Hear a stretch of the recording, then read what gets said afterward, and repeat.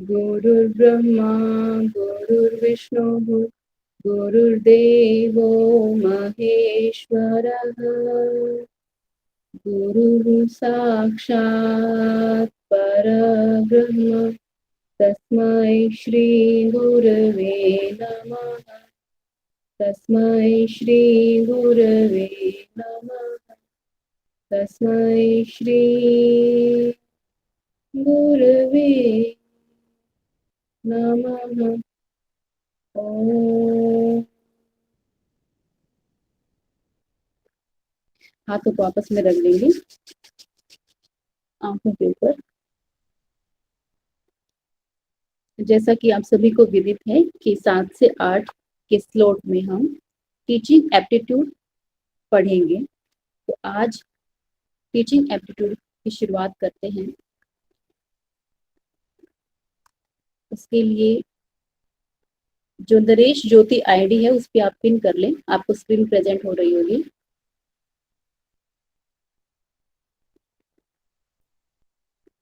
Screen show हो रही है आपको? हाँ बहन हो रही है। Yes ma'am. ठीक है। इसमें आप DND मोड लगा ले भाई, ताकि बीच में डिस्टरबेंस ना हो।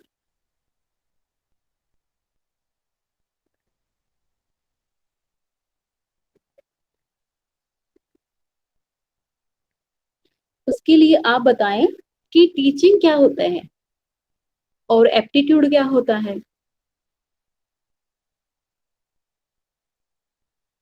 आप क्या जानते हैं? टीचिंग शब्द से क्या आपके ब्रेन में आता है सुनते ही? पढ़ाने की कला।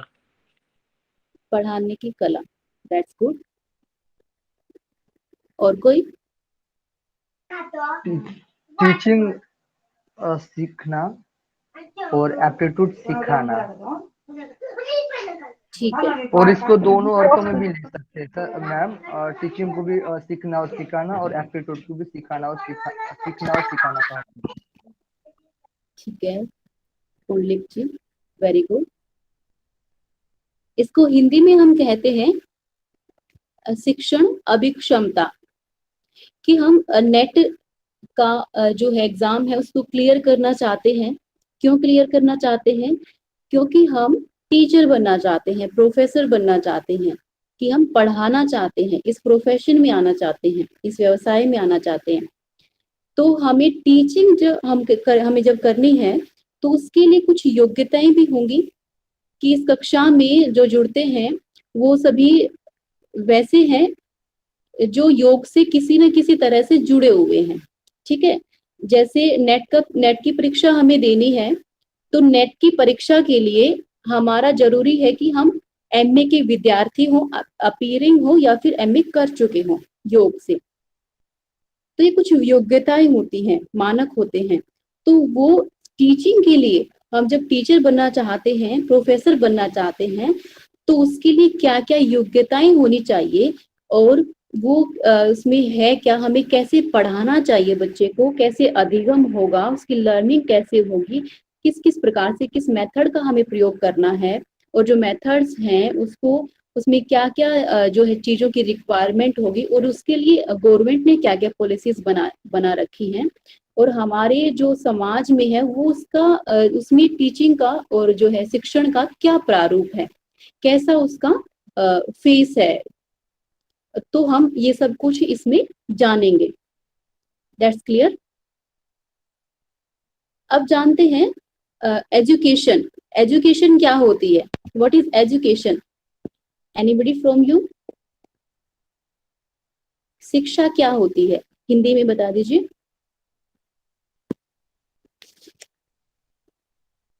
ज्ञान की वृद्धि। ज्ञान की वृद्धि। आजीवन चलने वाली प्रक्रिया। आजीवन चलने वाली प्रक्रिया। ठीक है। तो आपने तो कैरेक्टरिस्टिक बता दी पुंडलिक जी। हाँ डेफिनेशन। हाँ, शिक्षा क्या होती है? होती क्या है ये? हमारे ज्ञान में विकास। हाँ, ज्ञान में विकास, बिल्कुल सही। कुछ नया सीखना। हाँ, बिल्कुल सही, सटीक जो कहा है आपने, इसका शब्दार्थ बता दिया। Develop the child intellectual development. That's great. Intellectual, child ये पॉइंट्स इंटेलेक्चुअल आप सभी, डेवलपमेंट। जो आपके सहयोगी जो बोल रहे हैं ना, ये पॉइंट्स आप नोट करते चलेंगे। इंटेलेक्चुअल डेवलपमेंट, और क्या बताया आपने Omdatt ji? It's child development for intellectual carry. Child development, ठीक है, बेस फॉर एक डेवलपमेंट तरह से, एजुकेशन। हाँ बिल्कुल सही। एक तरह से ओवरऑल जो डेवलपमेंट होती है वो शिक्षा के द्वारा होती है, ठीक है। शिक्षा का सटीक अर्थ रेखाराम जी ने बताया है कि सीखना, जो सीखने की प्रक्रिया है जिससे हमारे व्यवहार में परिवर्तन आता है। और कैसा परिवर्तन आता है? टेम्पररी आता है, परमानेंट आता है? कैसा आता है? परमानेंट। परमानेंट। तो permanent change in our behaviour is called education, ठीक है। एजुकेशन का आजकल यह जो है अर्थ का अनर्थ किया जा रहा है कि जो डिग्री ले ली है और कुछ किताबें पढ़ ली हैं तो एजुकेशन होगी। नहीं, एजुकेशन क्या है? जब हमारे व्यवहार में जो है परिवर्तन आता है, सकारात्मक परिवर्तन और परमानेंट, वो परिवर्तन जब आता है तो वो एजुकेशन होती है, तब हम एजुकेटेड हैं, ठीक है। तो उसके लिए कुछ स्टेटमेंट्स दी गई हैं हमारे महापुरुषों के द्वारा। कोई साइकोलॉजिस्ट है, कोई शिक्षाविद है, और कोई जो आध्यात्मिक गुरु हुए हैं, उन्होंने शिक्षा के बारे में क्या क्या स्टेटमेंट्स दी हैं उसको हम जानेंगे। इन स्टेटमेंट्स के बारे में भी प्रश्न पूछ लिया जाता है टीचिंग एप्टीट्यूड के पेपर जो है पेपर 1 में। तो इसमें जैसे आपको स्टेटमेंट दे दी जाती है और नीचे ऑप्शंस दे दिए जाते हैं कि इसमें किसकी स्टेटमेंट है, बताएं किसका कथन है ये, ठीक है। तो हम ध्यान से पढ़ेंगे इसको। एजुकेशन के बारे में स्वामी विवेकानंद जी कहते हैं कि एजुकेशन क्या है? Manifestation of perfection already in man, कि ऑलरेडी है मनुष्य के अंदर, जो पहले से ही उसके अंदर पावर है, जो पूर्णता है, उस पूर्णता की अभिव्यक्ति शिक्षा है, ऐसा स्वामी विवेकानंद जी कहते हैं। अरिस्टोटल, अरस्तु ने क्या कहा है? Education as the creation of a sound mind in a sound body, that is कि एक स्वस्थ शरीर में स्वस्थ मस्तिष्क का जो विकास होता है, उसका निर्माण होता है, वो शिक्षा के द्वारा होता है, वो शिक्षा है, ऐसा अरस्तु कहते हैं। हेनरिच पेस्टोलॉजी हैं, ये भी जो है प्रसिद्ध साइकोलॉजिस्ट हुए हैं। तो इन्होंने क्या कहा है? Education is natural harmonious and progressive development of man's innate powers. Innate power से आप क्या समझते हैं? क्या होती हैं इनेट पावर्स? अंतर्निहित शक्तियां। क्या? अंतर्निहित शक्तियां।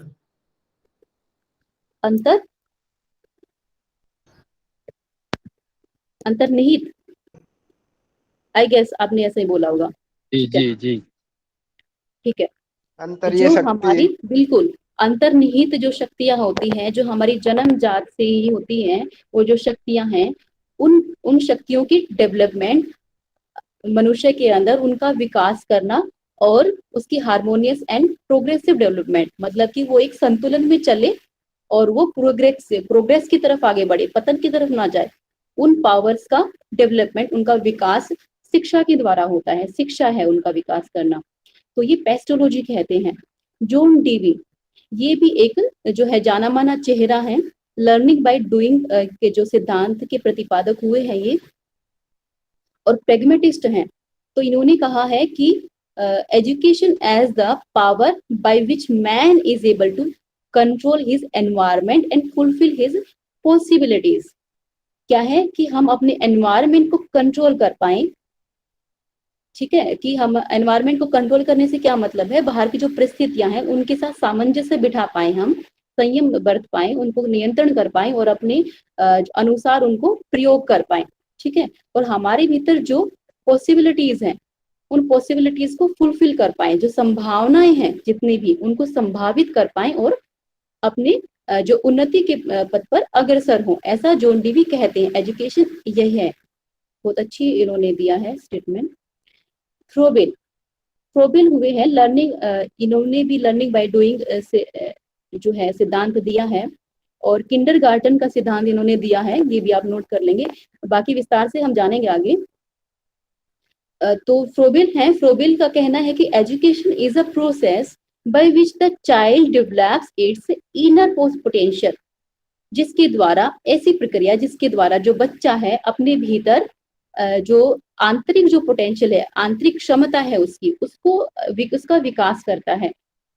सो as to participate meaningfully in the external environment, ताकि वो बाह्य जो वातावरण है उसके साथ अंतःक्रिया कर सके, उसके साथ पार्टिसिपेट कर सके। अपने इनर पोटेंशियल को इस प्रकार से डेवलप करना कि हम बाह्य जगत के साथ, बाह्य एनवायरनमेंट के साथ अंतःक्रिया करने में सक्षम हो पाए, ऐसा फ्रोबेल कहते हैं। The purpose of education is to expand the life of the individual in order to participate in its all-pervading spirit, which manifests and realizes itself in a through the whole universe. इन्होंने कहा है कि education का purpose, उद्देश्य वह है कि जो इंडिविजुअल है, जो व्यक्ति है, उसकी लाइफ को एक्सपेंड करना, उसके जीवन का विस्तार है, ताकि वो मैनिफेस्ट कर पाए, अपने आप को अभिव्यक्त कर पाए, जो स्पिरिट है, जो स्पिरिचुअल है उसका, उसको भी अभिव्यक्त कर पाए और यूनिवर्स के साथ जुड़ पाए, पूरी यूनिवर्स के साथ, और उसको जान पाए। आगे है major philosophies and approaches in education. तो क्या क्या फिलोसफीज हैं जो फिलोसफर हुए हैं एजुकेशन के बारे में, उनकी क्या अवधारणाएं हैं, कौन कौन से सिद्धांत वो कहते हैं कि एजुकेशन में इनको होना चाहिए, इनको फुलफिल करना चाहिए, उसके बारे में हम जानेंगे। तो सबसे पहला है कि 3 basis of education. What is that? 3 basis. कौन कौन से बेसिस हैं आप नोट डाउन करते चलिए। आई होप आप सभी के पास नोटबुक और पेन है। तो 3 बेसिस कौन कौन से हैं? Why, what and how. कि जहां से हमें किसी पर्पज के बारे में, किसी कुछ नॉलेज के बारे में, किसी विषय विशेष के बारे में इन प्रश्नों का उत्तर मिलता है कि क्यों, ऐसा क्यों है, ठीक है, क्या है ये, और ये कैसे होगा, इस प्रोसीजर के बारे में पता चलता है। तो वो बेसिस है, ये 3 बेसिस ऑफ एजुकेशन वो कहे जाते हैं कि एजुकेशन से हमें पता चलता है, हमारी भाई प्रश्न का उत्तर मिलता है, हमें क्यों का उत्तर मिलता है, कैसे का उत्तर मिलता है और क्या का उत्तर मिलता है, ठीक है। दूसरा है आइडियलिज्म। What is idealism? क्या होता है ये, बताएंगे आप में से कोई भी? जरूरी नहीं है आप बिल्कुल सटीक बताएं, जो भी आपके मन में आता है इस शब्द को देखकर आप वैसा का वैसा एक्सप्रेस करें। मैम थोड़ा इसका हिंदी भी वर्ड बताइएगा, मतलब हमें समझ में आ जाएगा। आदर्शवाद। आदर्शवाद मैम जैसे बहुत सारे महापुरुष होते हैं, जैसे स्वामी विवेकानंद, किसी का आइडियल होगा, किसी की आइडियल उसकी माँ ही होती है, किसी का ब्रदर होता है। तो आइडियल हम किसी को मान लेते हैं कि एक पर्सनैलिटी हमें पसंद आती है और वैसा हम अपने आप को बनाना चाहते हैं। बहुत सुंदर, बिल्कुल सही बताया आपने। और कोई?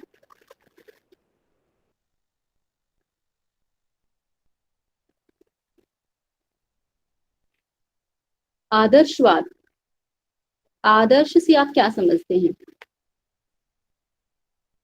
उसमें सारे गुण हो। प्रेरणा, प्रेरणा स्रोत मैम। बिल्कुल ठीक है। और क्या आदर्श को देखकर, आदर्श की स्थिति जिसको फॉलो करने से समाज में सकारात्मक परिणाम आते हैं। बिल्कुल सही, सकारात्मक परिणाम आता है। तो आप लोगों को इसको देखकर ऐसा नहीं लग रहा कि आदर्श किसी रूल की बात हो रही है, नियम बात हो रही है ना? तो नियम जो होते हैं, जो नैतिकता हमारी होती है, ऐसा कोई नॉर्म्स एंड कंडीशंस जो हमारे समाज के लिए उचित होता है, ठीक है, जो हमारे जीवन के लिए, विकास के लिए उचित होता है, इसमें वो सभी आ जाते हैं। जो नैतिक गुण होते हैं हमारे, कि अनुशासन है, हमें अनुशासन में रहना है, कक्षा में समय से जुड़ना है, और हमें जब टीचर बोल रहा है तो हमें माइक ऑफ करके रखना है, और जब टीचर बोल रहा है, बोलने के लिए बोल रहा है, प्रश्न पूछ रहा है, तो हमें जो है समय पे माइक ऑन करके बोलना है। ये सब अनुशासन है, समय पे उठना है, सबसे सही से व्यवहार करना है। तो ये सब कुछ क्या है, आदर्शवाद है, हमारे नियम है ना, जो नैतिकता है उसमें आदर्शवाद इसमें आ जाता है।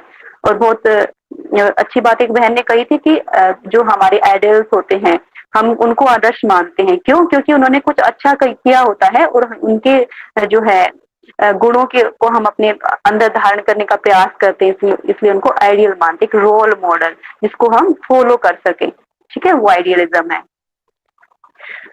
तो ठीक है, और आइडियलिज्म के जो प्रवर्तक हुए हैं, मतलब कौन कौन इसको फॉलो करने वाले हैं, उनमें से मुख्य नाम हम बता देते हैं। जो फ्रोबेल है, नोट कर लीजिएगा, फ्रोबेल है, कैंट है, प्लेटो है, प्लेटो का जो है आपने सुना होगा नाम, स्वामी दयानंद सरस्वती जी हैं, स्वामी विवेकानंद जी हैं, श्री अरबिंदो हैं। ये मेन प्रोपोनेंट्स हैं, इसके प्रवर्तक हैं आइडियलिज्म के, आदर्शवाद के। ठीक है, दूसरा है naturalism. And what do you mean by naturalism, कि प्रकृतिवाद क्या होता है। प्रकृतिवाद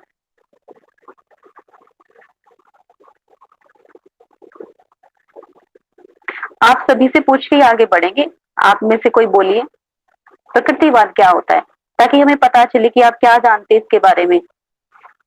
क्योंकि एक टीचर का जब हम इसमें से पढ़ रहे थे तो उसमें एक आया कि वो जो पहले की जो बच्चे को ऑटोनोमस जो होता है ना, उसका ऑटोनोमस भी चेक करता है, ऑटोनोमस लेवल होता है उसका बच्चे का। तो नेचुरलिज्म के बारे में आप क्या जानते हैं, हम उसको जानने के बाद हम आगे बढ़ेंगे। बताएं प्रकृतिवाद, रेखाराम जी आप बताएं।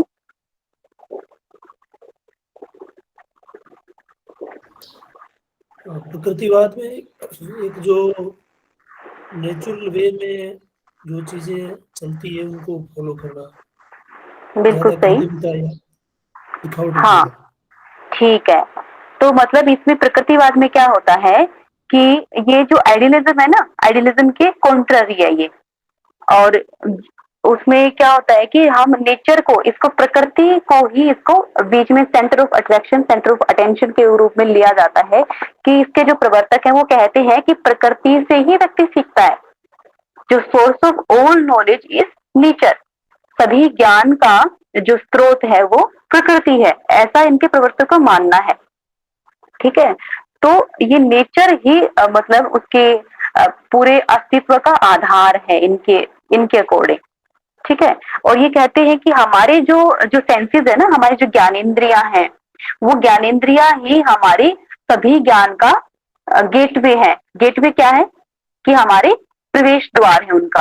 तो सभी नॉलेज हमारी कहाँ से आती है, प्रकृति से आती है, ऐसा ये मानते हैं। इसके प्रवर्तक हुए हैं टैगोर हुए हैं, रोजू हुए हैं और हर्बर्ट स्पेंसर, बहुत जो जाना माना नाम है हर्बर्ट स्पेंसर, उसको भी आप नोट कर लेंगे। आगे है प्रैग्मेटिज्म। प्रैग्मेटिज्म है प्रयोजनवाद। ठीक है, प्रयोजनवाद है कि इसमें इसके नाम से पता चल रहा है कि जो प्रयोजन है उसमें क्या उपयोगिता है हमारी, उसकी ज्ञान की क्या उपयोगिता है, और इस प्रकार से किसी भी वस्तु की क्या उपयोगिता है, कि जो उपयोगी है वो अच्छा है और जो अच्छा है वो उपयोगी है। ये ऐसा इसमें ऐसा आता है। ठीक है, इसके फॉलोवर्स कहते हैं कि जो अच्छा है ना वो उपयोगी है, और जो उपयोगी है वही अच्छा है, कि जो उपयोगी नहीं है तो हम उस मटेरियल को क्यों पढ़ेंगे, है ना। तो ये प्रैग्मेटिज्म ऐसा कहते हैं। और प्रैग्मेटिज्म के जो प्रवर्तक है वो है जॉन डेवी किलपैट्रिक, वो इसमें आते हैं प्रयोजनवाद में। अब है संरचनावाद, कंस्ट्रक्टिविज्म। संरचनावाद के जो मुख्य प्रवर्तक हुए हैं, जहां पर संरचनावाद नाम आता है वहां पर इनके साथ जुड़ा हुआ हमें तभी ध्यान में आ जाता है कि जो जीन पियाजे हैं, जीन पियाजे बहुत मुख्य जाना माना नाम है। और उन्होंने जो है इसमें संरचनावाद के ऊपर उनके सिद्धांत हैं, काफी हम आगे पढ़ेंगे। तो जेएस ब्रूनर है वो इसमें हुए हैं कंस्ट्रक्टिविज्म में। और इसमें क्या है कि जो बच्चा है ना वो हम सेंसेस मतलब कि वो कहते हैं कि अपने एक्सपीरियंस के साथ सीखता है वो, और नॉलेज को कंस्ट्रक्ट करता है। कंस्ट्रक्टिविज्म है कि उसका संरचना करता है, उसको निर्माण करता है।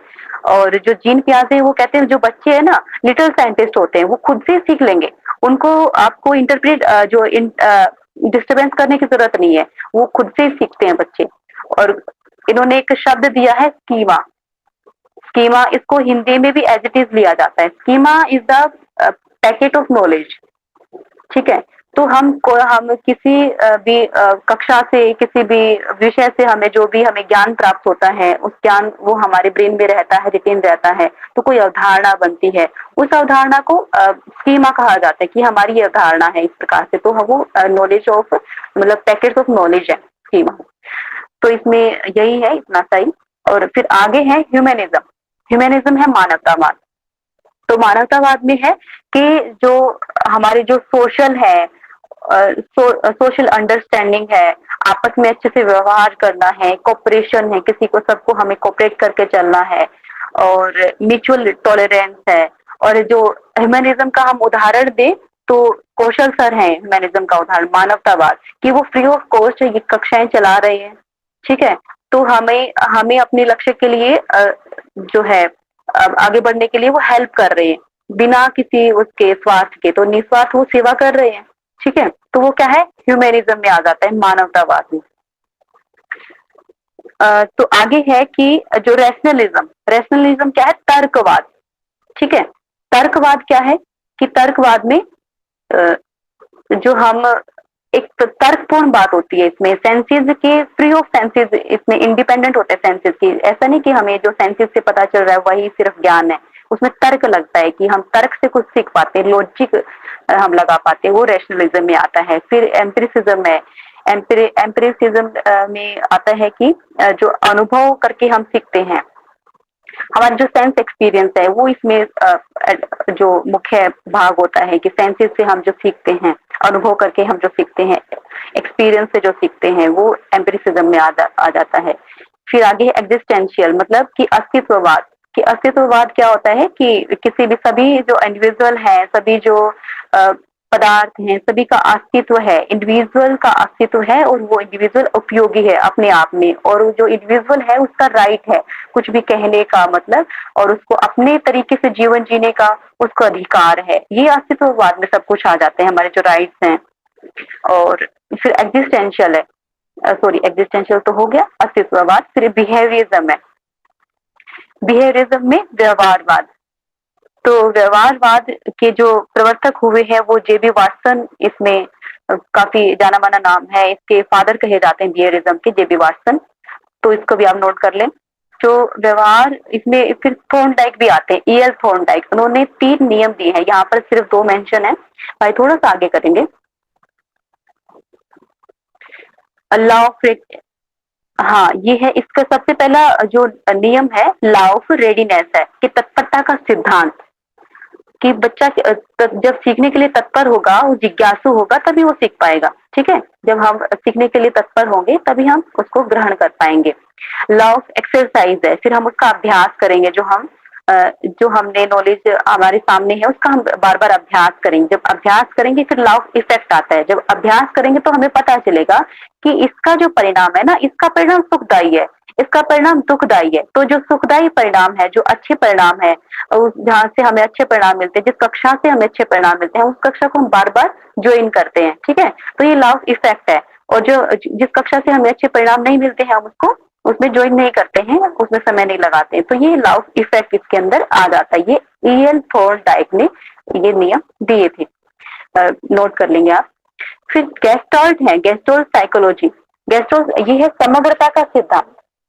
समग्रता होती है कि जैसे कि इन्होंने कहा है इनके अकॉर्डिंग कि जो होल जो होती है ना, होल जो होता है वो मतलब पूरा का पूरा, किसी भी जैसे कि हमारा शरीर है, शरीर को हम पूरा का पूरा ज्यादा उपयोगी है बजाय कि इसके सिस्टम्स के जो तंत्र हैं, कोई भी अंग है, उसके अंग के बजाय हमारा पूरा का पूरा शरीर जो है उसी से हम सीखते हैं और वो ज्यादा उपयोगी है।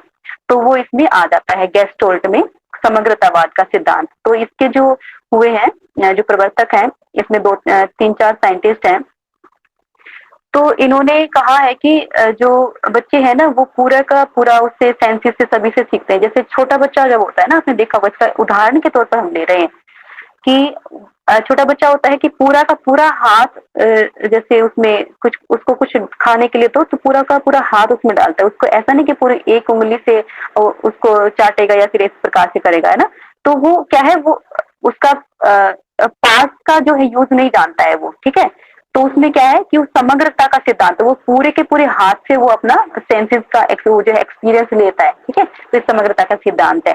फिर इलेक्ट्रिक है, इलेक्ट्रिक फिलोसफी। इलेक्ट्रिक फिलोसफी में क्या आता है कि जो जहां से भी हमें गुड आइडियाज मिल रहे हैं, जहां से भी हमें अच्छे जो यूजफुल आइडियाज मिल रहे हैं, यूजफुल कोई थिंग मिल रही है, तो वहीं से हमें सिलेक्टिव चीजों को हम अपना उसका पार्ट बनाते हैं, लाइफ का पार्ट बनाते हैं, उसको फॉलो करते हैं। तो ये इलेक्टिव फिलोसफी में आ जाता है कि चयनवाद का सिद्धांत है ये। फिर फॉर्म्स ऑफ एजुकेशन है, एजुकेशन की फॉर्म्स क्या क्या होती है, आगे चलेंगे। इसके 3 मुख्य फॉर्म्स हैं, फॉर्मल की औपचारिक, इनफॉर्मल और नॉन फॉर्मल।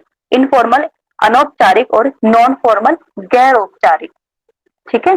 दोबारा से रिपीट कर देते हैं, फॉर्मल है औपचारिक, इनफॉर्मल है अनौपचारिक, नॉन फॉर्मल है गैर औपचारिक, ठीक है। तो फॉर्मल से आप क्या समझते हैं, औपचारिक से? औपचारिक जो हमारी जो नॉलेज होगी, जो एजुकेशन होगी, उसमें क्या क्या सम्मिलित हो सकता है? उसमें 4 दीवार के अंदर औपचारिक लिया जाता है शिक्षण, और उसमें That's समय great. समय वगैरह फिक्स रहता है। Curriculum activity ma'am. जी बिल्कुल। मनीता जी कुछ कहना चाहती हैं? जी मनीता जी, आप माइक ऑन करिए। बोल रही थी, वो सर ने बोल दिया, बस मैं वही बोल रही थी। क्या रिपीट कर दीजिए आप? कैसे फॉर्मल एजुकेशन में, जैसे कि फॉर्मल जैसे हो जाएगा, हम स्कूल में सीखते हैं, कॉलेज में सीखते हैं, किसी भी इंस्टीट्यूट से सीखते हैं, वो फॉर्मल होएगी। इनफॉर्मल में ये हो जाएगी कि हम अपने जो व्यवहार से सीखते हैं, अपने इन्वायरमेंट से सीखते हैं, तो हाँ, वो इनफॉर्मल में आ जाएगा। बिल्कुल सही।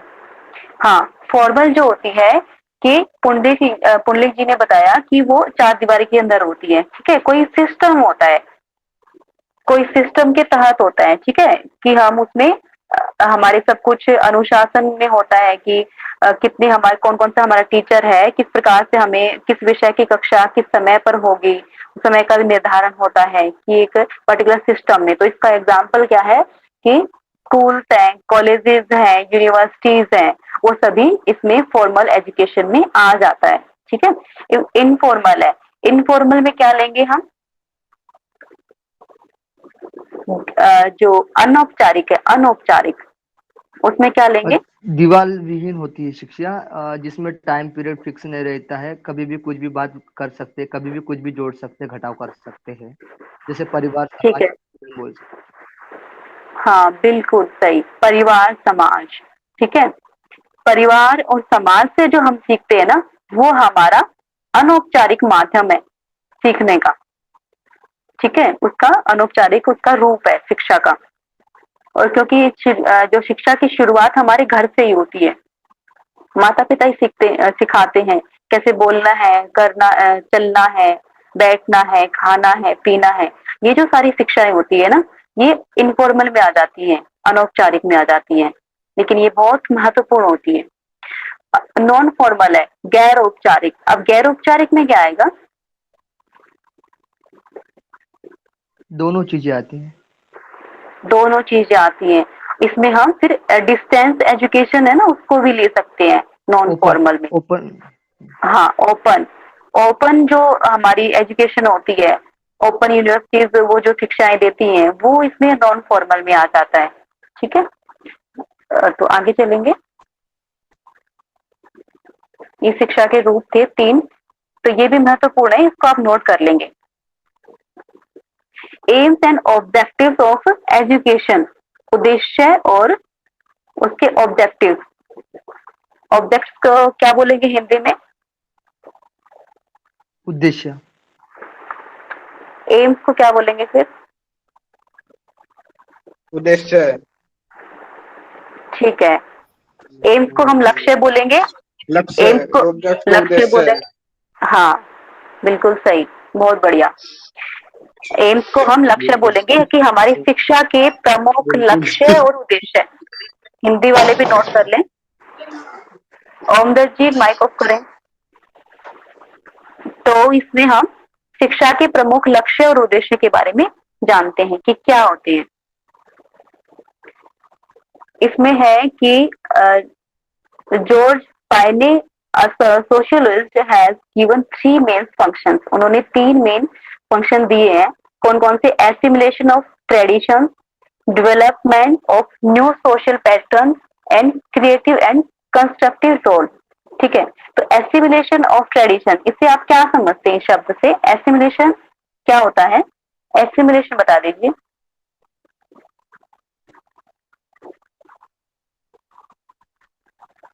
आत्मसात करना, बिल्कुल सही, ग्रहण करना। ग्रहण करना।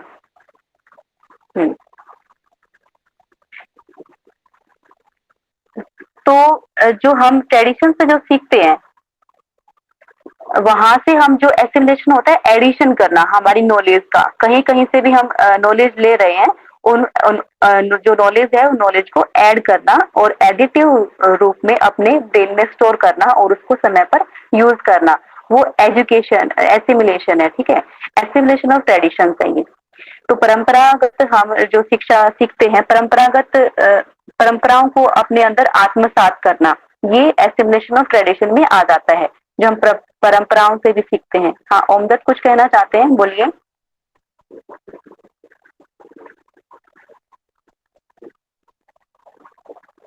ठीक है, आगे चलते हैं। Development of new social pattern, कि जो नए सामाजिक जो प्रतिमान है उनका विकास करना, नए सामाजिक प्रतिमानों का विकास करना। अब परंपराओं को तो हमने आत्मसात किया, लेकिन सभी परंपराओं को जब हम आत्मसात करते हैं, जैसे कि सती प्रथा भी चल रही थी, दहेज प्रथा भी चल रही थी, पर्दा प्रथा भी थी।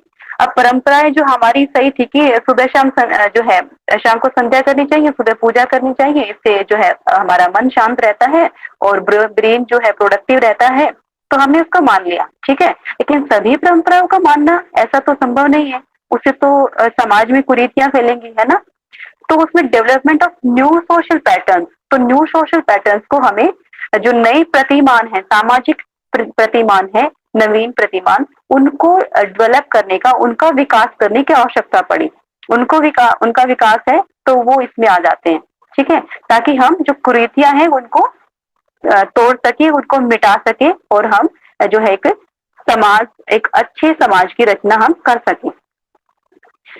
तो क्रिएटिव एंड कंस्ट्रक्टिव रोल है, तो इसमें रचनात्मक और तर्क साध्य भूमिका जो होती है ना, रचनात्मक और तर्क साध्य भूमिका, जो एजुकेशन इसमें बहुत बड़ा हिस्सा है। जब एजुकेटेड नहीं होंगे, जो पहले के जो लोग थे, बीच में जो अंग्रेजों का राज रहा, उस दौरान क्या हुआ कि अंधाधुंध उन्हीं के रूलों को फॉलो करना शुरू कर दिया और उन्हीं की बातों को मानना शुरू कर दिया। उसी में फिर अंधविश्वास बना। वो तो अंग्रेज तो चले गए, लेकिन कुछ बहुत सारे जो है उन्होंने कुरीतियां हमारे अंदर जो है समाज में अंधविश्वास इसने फैला दी है। ठीक है, तो हम एजुकेशन हमने गेट की, हमने जाना कि क्या सही है क्या गलत है, हमारे वेदों में क्या आता है, शास्त्रों में क्या आता है, क्या तर्क संगत है, क्या अभी जीवन में प्रासंगिक है, तो उसको हमने अपनाया और विकास किया उनका। तो इससे एजुकेशन से ये भी होता है। ठीक है, ये इसके एम्स है।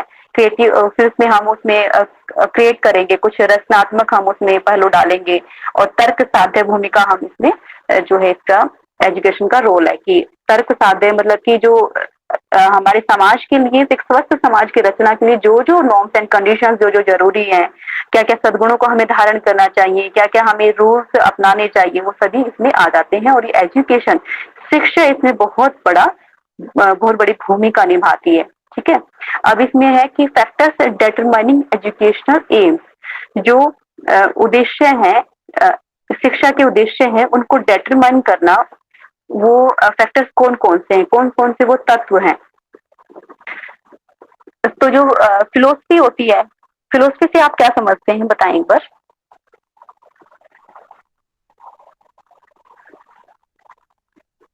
इसके आप यदि अगर आप उसका ये डालना चाहते हैं हेडिंग हिंदी में, तो वो भी सुन लें कि शैक्षिक उद्देश्य। क्या बहन, क्या कह रहे हैं आप? दर्शन शास्त्र हो जाएगा ना, फिलोसफी। हाँ, दर्शन शास्त्र, बिल्कुल। लेकिन इसमें आता क्या है, तो आपने इसका हिंदी मीनिंग बता दिया है। एक अपनी विचारधारा उदाहरण मतलब किसी चीज के प्रति अपना नजरिया। बिल्कुल सही, बिल्कुल हाँ। सही, उत्तम। देखना, अरे हाँ, फिलोसफी एंड देखना, मतलब ऐसे तत्वों को देखना जो हम खुली आंखों से नहीं देख सकते। आप कह रहे कि अमूर्त चिंतन। हाँ। बिल्कुल सही। किसी तथ्य के पीछे के सत्य को ढूंढना, सत्य को देखना। दैट्स ग्रेट, बहुत बढ़िया। आप सभी तो फिलोसफर हो गए हैं।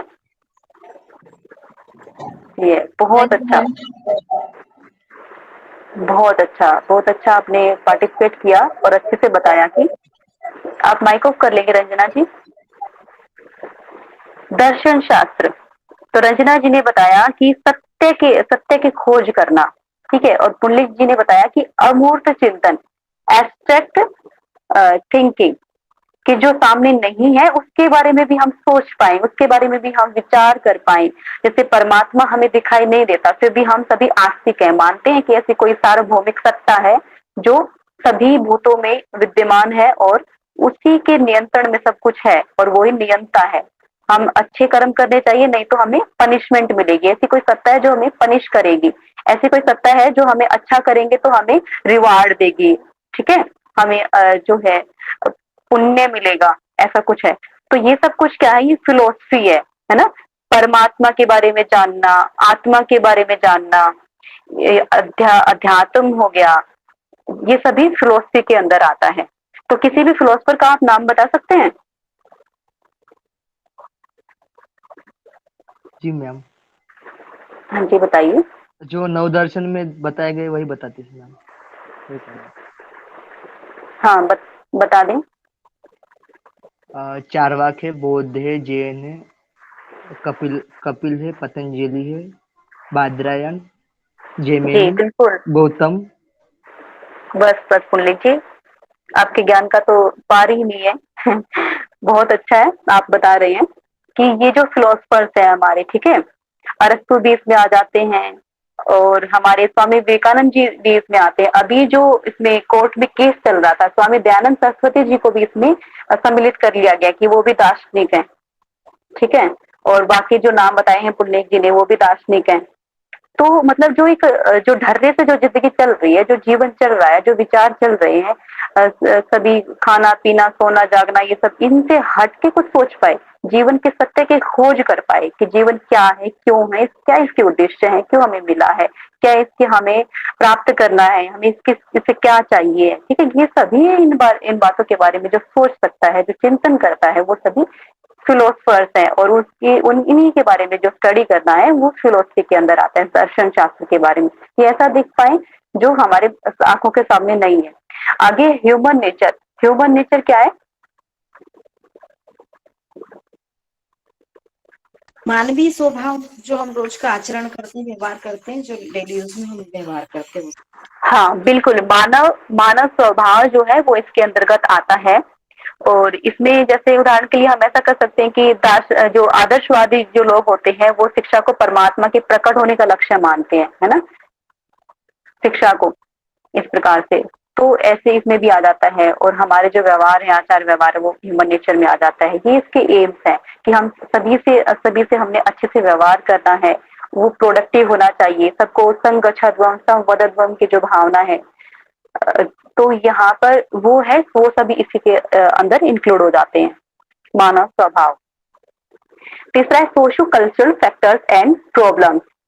इसमें क्या है कि सामाजिक सांस्कृतिक कारक एवं समस्याएं, हिंदी वाले नोट कर लेंगे, सामाजिक सांस्कृतिक कारक और समस्याएं। जो सामाजिक सांस्कृतिक जो कारक होते हैं और समस्याएं होती हैं, उसमें ये जो शिक्षा के उद्देश्यों के बारे में आता है कि जो हमारी सांस्कृतिक विरासत होती है, जो परंपरा होती है, एक दूसरे से एक पीढ़ी से दूसरी पीढ़ी तक हम जो चल रहते हस्तांतरण होता है उसमें, उसको संरक्षित रख पाए, तो वो इसमें आ जाता है, ठीक है। और उसमें लेकिन फिर हस्तांतरण करने में कुछ समस्याएं भी आती हैं। कुछों के जैसे नारियां हैं, नारियों के अधिकारों का भी हनन हो रहा था पिछली सभी परंपराओं को जब हम मान रहे थे, तो उसमें ये प्रॉब्लम्स के अंदर आ जाता है, ठीक है। तो ये सभी है। अब रिलीजियस फैक्टर्स हैं, उसमें क्या आएगा, धार्मिक कारक, हिंदी वाले नोट कर लें, धार्मिक कारक जो होते हैं, तो उसमें क्या क्या है, जैसे बौद्ध धर्म है, बाकी के धर्म है, और उनमें आता है कि हमें झूठ नहीं बोलना चाहिए, दूसरों को उनको नुकसान नहीं पहुंचाना चाहिए, और हमें परमात्मा का वंदन करना चाहिए, सभी से अच्छे से व्यवहार करना चाहिए। ये भी धर्म में आ जाता है, जो धर्म के हैं, जो धार्मिक जो लक्षण होते हैं। आता है ना कि धार्यते इति धर्म, कि जो धारण किया जा सके, जो सद्गुण है वही धर्म है, तो वो इसमें आ जाता है। पॉलिटिकल आइडियोलॉजीज है, पॉलिटिकल आइडियोलॉजीज में क्या आएगा, राजनीतिक विचारधाराएं, हिंदी वाले नोट कर लेंगे, राजनीतिक विचारधाराएं। उसमें क्या है कि जो राजनीतिक जो व्यवस्था है वो जो है शैक्षिक उद्देश्य के मतलब उसको काफी मतलब एक तरह से शिक्षा के उद्देश्य उसमें कैसे सम्मिलित होंगे, कैसे उसको कोरिलेट हम कर सकते हैं, बताएं एक बार। पॉलिटिकल आइडियोलॉजी से हम शैक्षणिक उद्देश्यों को कैसे कोरिलेट करेंगे?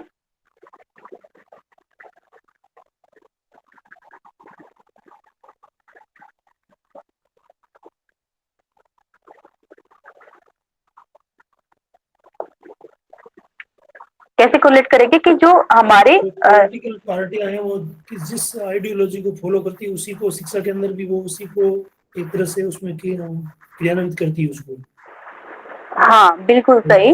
और उसमें क्या होता है कि जब हम एजुकेशन की बात करते हैं ना, जो शिक्षा की बात करते हैं, तो उसमें क्या होगा कि जो राजनीतिक जो व्यवस्था है ना, उसके शैक्षिक उद्देश्य है ऐसा होना चाहिए कि वो ऑटोक्रेसी की तरफ ना जाए, वो डेमोक्रेसी की तरफ जाए। स्वतंत्र जो है ना, स्वतंत्रता जो उसमें मतलब कि सभी को बोलने का अधिकार है, सभी की सहभागिता होनी चाहिए, किसी एक का शासन ना हो, तो वो पॉलिटिकल आइडियोलॉजीज में आ जाते हैं। उसमें शिक्षा बहुत बड़ी भूमिका निभाती है।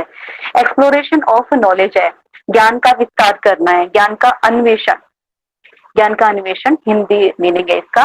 और फिर इसमें क्या आता है कि हम अच्छे जो ज्ञान है उसको खोज पाए, सत्य की खोज कर पाए, जीवन में जो है अच्छे से समायोजन की जो कला को हम सीख पाए, और समाज में अच्छे से समायोजन कर पाए, उसके रूल्स और रेगुलेशंस जो सभी के लिए जो उपयोगी हो उनको हम फॉलो करें, और जो सभी के लिए किसी दूसरे के लिए यदि वो हानिकारक है तो हम उसका उपयोग ना करें, उसको बंद कर दें। ठीक है, तो इस प्रकार से ये एक्सप्लोरेशन ऑफ नॉलेज आ जाता है कि हमें ज्ञान का अन्वेषण करना है कि क्या सही है, क्या गलत है, क्या अच्छा ज्ञान है वो ग्राह्य है, क्या त्याज्य है। आगे चलेंगे भाई।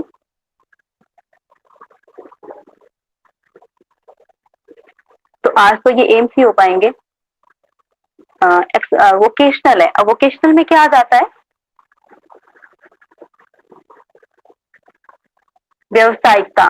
जो व्यवसायिक है ना, व्यवसायिक जो होते हैं कि शिक्षा ऐसी शिक्षा होनी चाहिए जो शिक्षार्थी को मतलब कि सिर्फ डिग्री उसके हाथ में ना दे, वो ऐसा कुछ व्यवसाय भी खड़ा कर सके जिससे वो अपनी आजीविका का निर्वाह कर सके। ठीक है, वो इसके अंदर आ जाते हैं।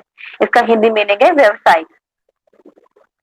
और self actualisation and total development, इसमें क्या है कि आत्म साक्षात्कार और समग्र विकास।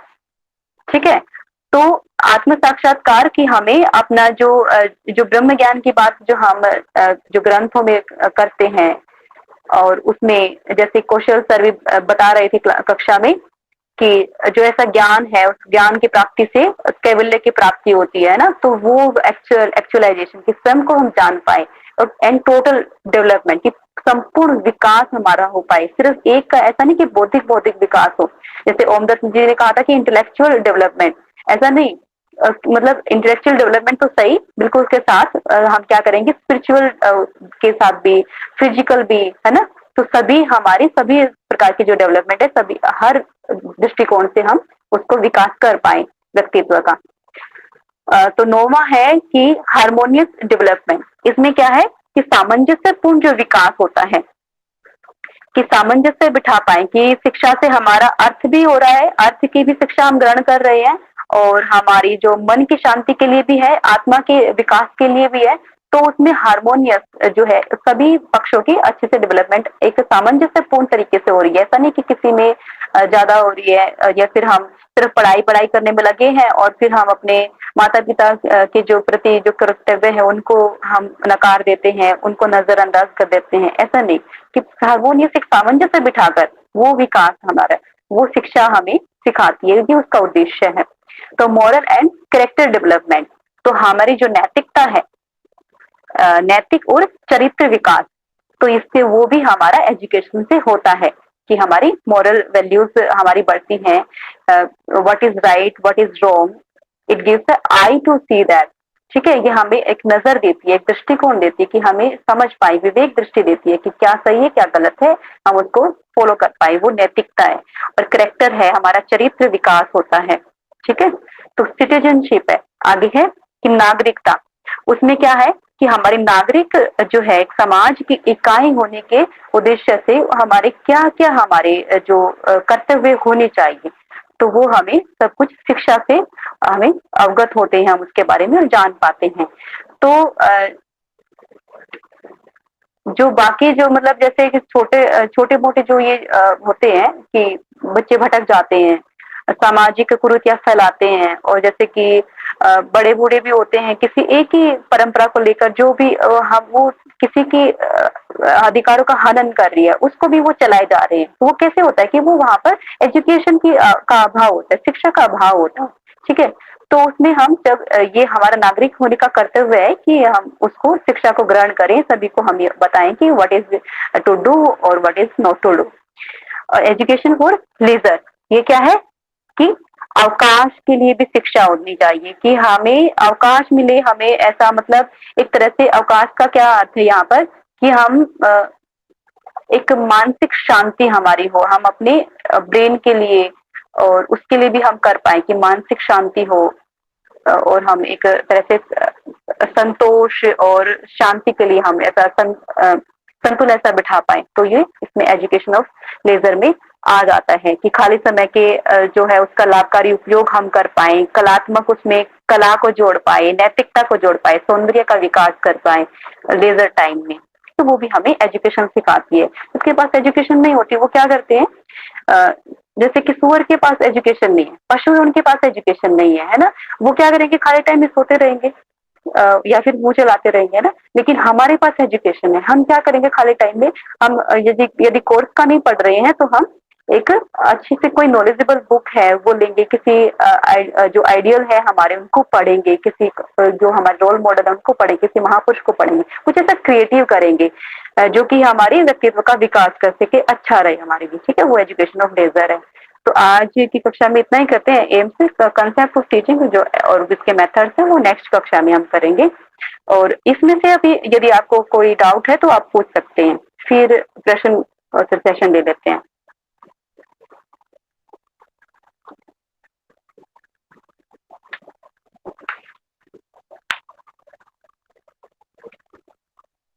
आपको इसमें से कुछ जानना है तो आप पूछ सकते हैं, कुछ शब्द ना समझ में आया हो, कोई डाउट हो। ये तो आज का तो पार्ट सिर्फ इंट्रोडक्शन का रहा, उद्देश्य और एम्स के बारे में जाना ये भी बहुत महत्वपूर्ण है, और स्टेटमेंट है इनके आप ध्यान करके आएंगे, जो अगली कक्षा में पढ़ के आएंगे। बताएं आप, डाउट नहीं है तो भी बोल दीजिए आप, और डाउट है तो भी पूछिए।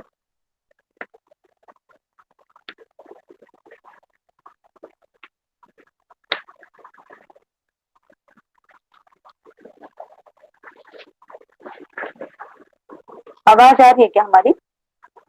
जी जी मैम। आ रही है बहन, ठीक है, आगे बढ़ना चाहिए। क्लियर है मैम। ओके, इसके मैम क्वेश्चन भी हो जाएंगे क्या मैम? हाँ अभी क्वेश्चन, जी बिल्कुल अभी क्वेश्चन करेंगे, 10 मिनट है हमारे पास, तो रिवीजन हो जाएगा मैम, थोड़ा एक कंसेप्ट बैठ जाएगा। हाँ जी जी जी बिल्कुल, अभी प्रश्न लेंगे इसीलिए जो है 10 मिनट रखे हैं। ठीक है, तो स्क्रीन को ऑफ कर दीजिए भाई एक बार, प्रश्न ले लेते हैं। इसमें प्रश्न आज जो है रिटर्न में नहीं है, कल से हम पीडीएफ में इसमें ऐड कर देंगे, तो आज हम ओरली आपसे पूछेंगे। I think you have not any issue.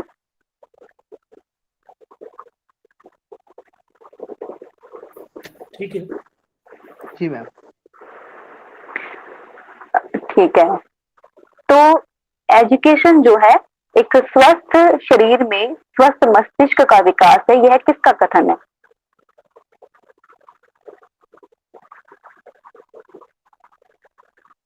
Swami Vivekananda. एल्स्ट्रोल। नहीं पुण्य जी। हाँ, आप क्या बता रही हैं गायत्री? गायत्री जी क्या बोल रही हैं? एस्ट्रोल का मतलब एरिस्टोटल। बिल्कुल सही, अरिस्टोटल। गायत्री जी भी वही कहना चाह रही थी, आई थिंक। हाँ हाँ, यस यस। जी, अरिस्टोटल। इसको हिंदी में भी याद रख सकते हैं, अरस्तु। ठीक है, अरस्तु का कथन नहीं। अच्छा ठीक है, फ्रोबिल ने क्या कहा था?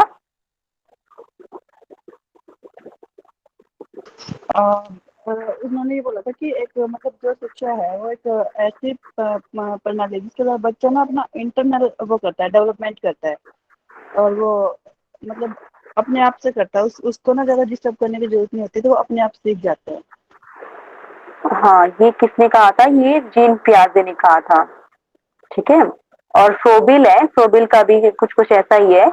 प्रैग्मेटिज्म के ये जो प्रवर्तक हैं प्रयोजनवाद के, इन्होंने कहा था, नोट कर लें आप, एक बार फिर से देख लें, कि जो हमारी जो इनर पोटेंशियल है ना, अंतर्निहित जो पोटेंशियल है, क्षमता है, उसको इस तरह से डेवलप करना, उसका विकास करना कि हम बाह्य जो वातावरण है उसके साथ पार्टिसिपेट कर पाए, उसके साथ अंतः क्रिया कर पाए। ऐसी प्रक्रिया है एजुकेशन, ऐसा इन्होंने कहा था। क्लियर है? Okay ma'am. ठीक है।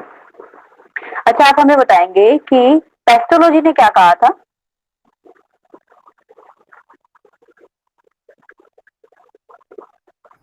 उसमें उन्होंने बताया था ठीक है। कि शिक्षा उनके हाँ। जन्मजात एक तरह से अंतर्निहित होती है। नहीं, हाँ हाँ, मतलब ये था कि जन्मजात नहीं, उन्होंने कहा था कि जो बिल्कुल सही है आपका एक शब्द, तो कि इनेट जो पावर्स होती है ना, उसका विकास करना और उसको हार्मोनियस जो नेचुरल विकास करना, उसका एक उसका संतुलन। मैडम आगे उसमें शायद इसी में है ये कि प्राकृतिक सामंजस्य और उसका प्रगतिशील का विकास कर सके। हाँ, प्रगतिशील विकास करना, ठीक है, वो ही इसी में है कि जो जन्मजात जो पावर्स है, हमारी शक्तियां हैं, पहले से ही विद्यमान है हमारे भीतर, उन्हीं का प्रगतिशील विकास करना। ठीक है, वो इसमें एजुकेशन में है, कि पेस्टोलॉजी ने कहा था। और स्वामी विवेकानंद जी ने क्या कहा था?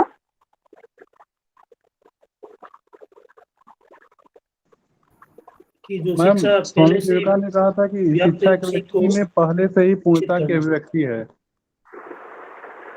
जी, शिक्षा क्या है? कि पूर्णता की अभिव्यक्ति है। कैसी पूर्णता? जो मनुष्य में पहले से ही विद्यमान है। ठीक है, पहले से विद्यमान है, लेकिन उसका अभिव्यक्त नहीं है वो। क्यों? क्योंकि विकसित नहीं है अच्छे से, तो उसको विकास की आवश्यकता है, उसके अभिव्यक्त करने की आवश्यकता है। तो स्वामी विवेकानंद जी कहते हैं ना कि all powers are within you, you can do anything and everything. तो वो यही कहते हैं कि आपके भीतर सभी पावर्स हैं, सभी परफेक्शन है आपके अंदर, पूर्ण है आप, लेकिन उसका अभिव्यक्त करना है, आप प्राप्त करना है आपको। ठीक है, ये स्वामी विवेकानंद जी कहते हैं। तो आप बताएंगे कि एजुकेशन, प्रैग्मेटिज्म क्या होता है इसमें? एजुकेशन में जो अप्रोच है उसकी, प्रैग्मेटिज्म क्या है? प्रयोजनवाद। प्रयोजनवाद के कोई भी एक प्रवर्तक का नाम बता दीजिए, फिर हम समझेंगे कि हाँ आपने अच्छे से ध्यान से सुना है। John Dewey. जॉन डीवी है प्रवर्तक, जिसमें कोई चीज का उसका कोई अगर प्रयोजन है नहीं, उसका कोई महत्व होना चाहिए, तभी वो हमारे लिए महत्वपूर्ण होता बिल्कुल बिल्कुल सही रेखा राम जी, बिल्कुल, बहुत बढ़िया। कि कोई जो चीज है वो अच्छी तभी है कि वो उपयोगी है। ठीक है, बिल्कुल सही, उसका महत्व होना चाहिए, उसका यूज कोई अच्छा सा होना चाहिए। तो इसके प्रवर्तक भी हैं, जॉन डीवी है और फ्रोबेल है। अभी अभी हमने स्टेटमेंट बताते हुए बताया था आपको, फ्रोबेल भी है। तो फ्रोबेल की जो है उसमें फिर मारिया मॉन्टेसरी भी इसमें आ जाती है, क्योंकि मारिया मॉन्टेसरी ने भी फ्रोबेल की जो था जो सिद्धांत था उसी को आगे बढ़ाया था। ठीक है, आगे चलते हैं कि एम्पिरिसिज्म से आप क्या समझते हैं? अनुभववाद, अनुभववाद में क्या आता है?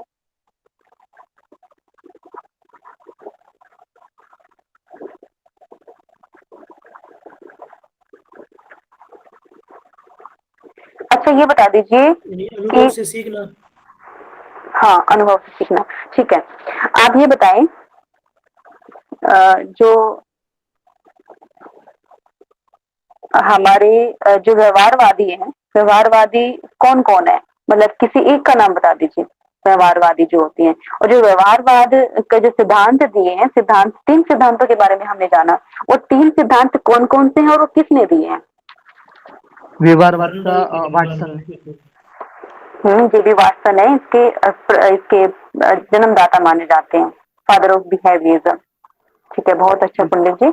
और ये जो 3 नियम थे वो किसने दिए हैं और कौन कौन से हैं वो नियम? वो एग्जाम्पल था ma'am, law of exercise, law of effect, law of readiness. That's great. किसने दिए हैं, नाम बताएं? Thorndike. Thorndike, EL Thorndike. That's very good. और अच्छा बताएं कि लॉ ऑफ इफेक्ट क्या होता है, मतलब कि प्रभाव का सिद्धांत क्या है? रेखाराम जी आप नहीं बोलेंगे, बाकी बताएंगे, आपसे बाद में पूछा जाएगा। प्रभाव का सिद्धांत क्या है?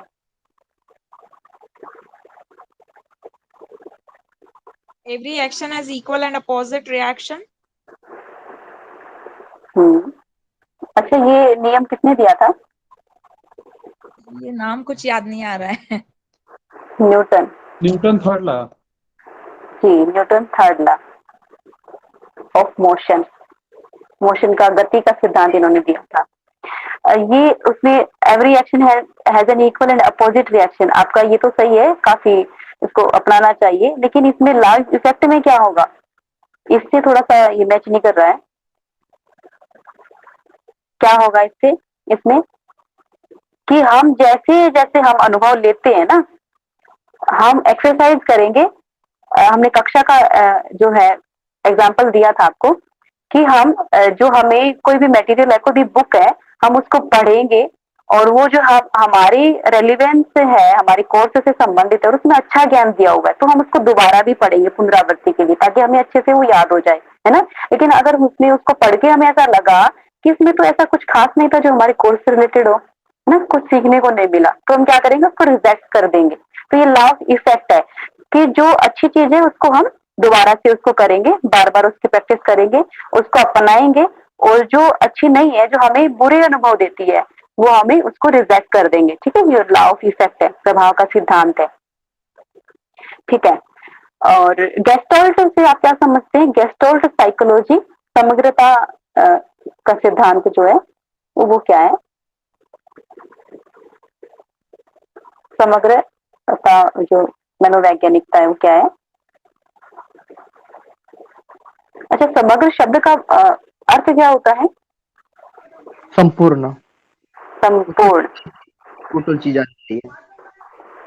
ठीक है, तो इसके जो प्रवर्तक है ना, वो क्या मानते हैं कि हम जो समग्र पूरे होल से हम पूरा अपने वो उसका उपयोग है, जो समग्र जो रूप है, समग्र रूप उपयोगी है बजाय के अंगों के। ठीक है, जैसे हमारा पूरा का पूरा शरीर है, वो शरीर उपयोगी है, उसमें हर एक जो है अंग पार्टिसिपेट करते हैं, लेकिन पूरा का पूरा शरीर उपयोगी है मात्र बजाय की एक अंग के। ठीक है, ऐसा ये मानते हैं। एक सिर्फ उदाहरण के लिए इसको डिस्कस कर जो है नेक्स्ट उसमें करेंगे अच्छे से विस्तार से। चलिए ठीक है। अच्छा, फॉर्म्स ऑफ एजुकेशन बता दीजिए, कितने होते हैं, कौन कौन से होते हैं? 3 टाइप्स, 3 टाइप। औपचारिक, अनौपचारिक, निरुपचारिक। ठीक है, और निरुपचारिक को और क्या बोलते हैं? नॉन फॉर्मल, गैर औपचारिक। गैर औपचारिक, बिल्कुल, नॉन फॉर्मल, गैर औपचारिक, बिल्कुल सही। ठीक है, तो इनफॉर्मल में कौन कौन से आते हैं, कौन सा एजुकेशन आती है इसमें? Family and relative. हाँ जी, एजुकेशन और knowledge from family and relatives. Very good Kirti, बहुत अच्छे। जो हमारी फैमिली से, समाज से हमें जो सीखने को मिलता है, वैसे ही हम जो उद्देश्यपूर्ण नहीं सीखते, हम ऐसा सोच के नहीं बैठते कि हमें 1 घंटे से 2 घंटे तक हमें से ऐसा सीखना है, बिल्कुल नहीं। वैसे ही हम जो व्यवहार से सीख लेते हैं वो इसमें आ जाता है ना। Non formal, sorry non formal में तो नहीं आता वो, हाँ इनफॉर्मल, इनफॉर्मल का पूछा गया था आपसे। ठीक है, अच्छा, इसके एम्स बता दीजिए, कोई भी 3 एम्स बता दीजिए एजुकेशन के एम्स, जो भी आपको याद हो अभी। जो हमने पढ़े थे। KB square, change in behaviour, change in believe. बिल्कुल सही। और जो टर्मिनोलॉजी हमने जो अभी पढ़ी थी उनमें से कुछ आप बता पाएंगे?